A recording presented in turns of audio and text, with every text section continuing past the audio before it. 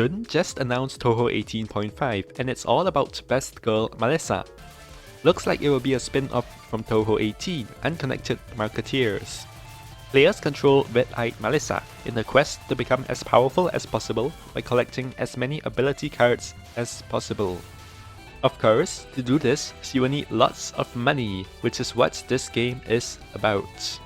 According to this translation of Jun's post, instead of becoming obsolete, ability cards spiked in value, resulting in the formation of a black market. Maybe someone was manipulating their value. Upon hearing this, Marisa sprang into action, determined not to resolve whatever incident this was, but to collect all the cards for herself. In this game, you challenge short stages, much like an impossible spell card or shoot the bullet, and collect money, which you can then use to buy more cards.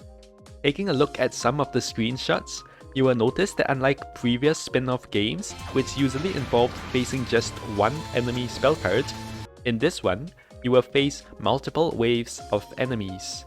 Some waves will even look like non-boss portions of regular Touhou stages, which is the first time a spin-off game will have regular stage minions like the fairies in this screenshot. It looks like stages can have multiple waves, and from this screenshot, you can see a stage with 4 waves. Some of these waves might be small fry enemies, like these fairies, and some might be mini-bosses, where you will have to face and capture a spell card. There might be stages with more than 4 waves as well. But don't worry, because the more waves there are, the more ability cards you will be able to equip. Judging from this screenshot, it looks like you might even be able to buy cards between waves. This looks like a mid-wave shop, where you can buy cards with the money you have earned during the stage. It also seems like there will be some discounted cards, encouraging you to try new strategies.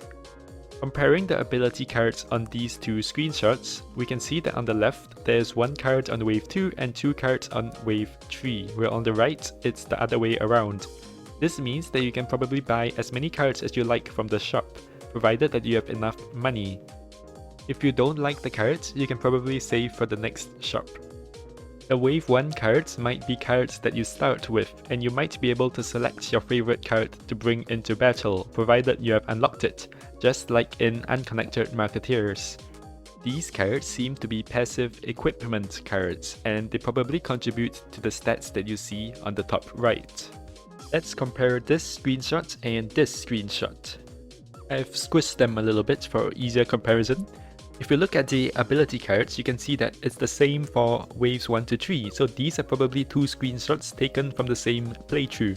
And what's interesting is that we can compare the stats. On the left there's magic attack, M attack, 150%. On the right there's 200% M attack, 25% magic break, and 120% speed. So these wave 4 cards probably provide the difference in these stats. So maybe this, whatever this card is, provides 50% magic attack. So, and here we have 2 of them, which brings it up to 200%.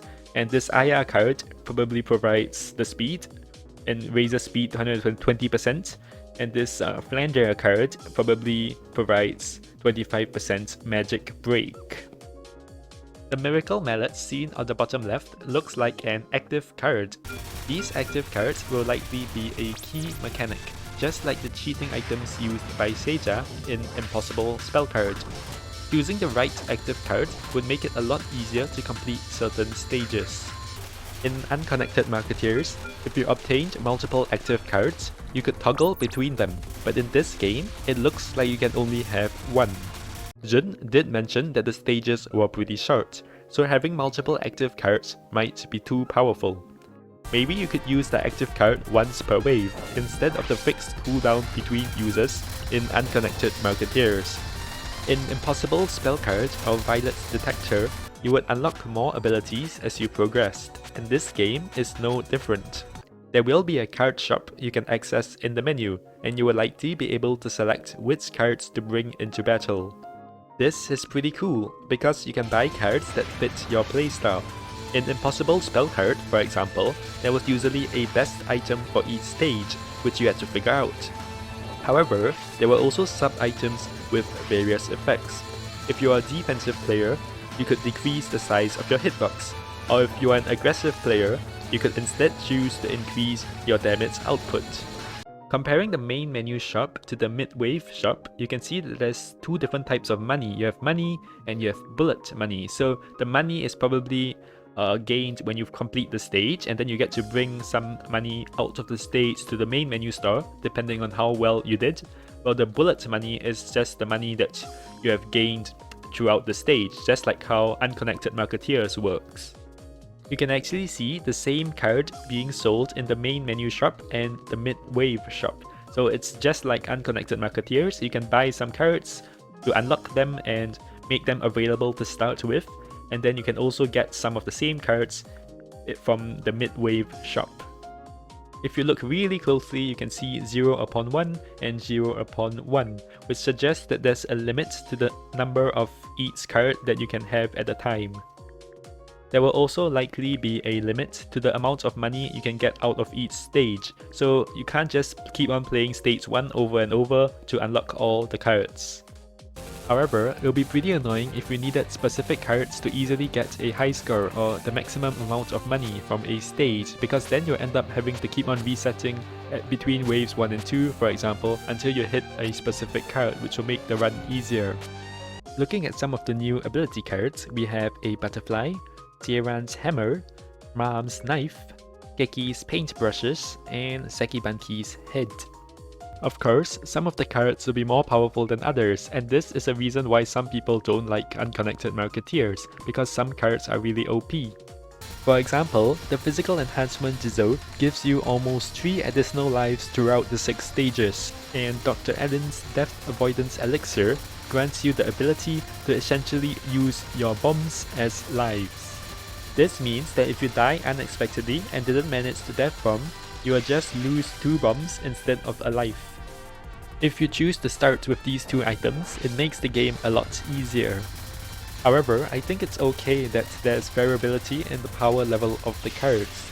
It gives newer players a chance to experience the game or try out harder difficulties, while experienced players can challenge themselves to use less powerful cards. Lastly, these spin-off games tend to include a reappearance of several older Touhou characters, and everyone is rooting for their favorite character to make a reappearance. Will we finally see the reappearance of some of our favorite characters? Well, probably not, but we can keep on hoping. Touhou 18.5 100th Black Market is planned for release on August 14, and you can get it on Steam. Whatever it is, we can surely look forward to some exciting new gameplay.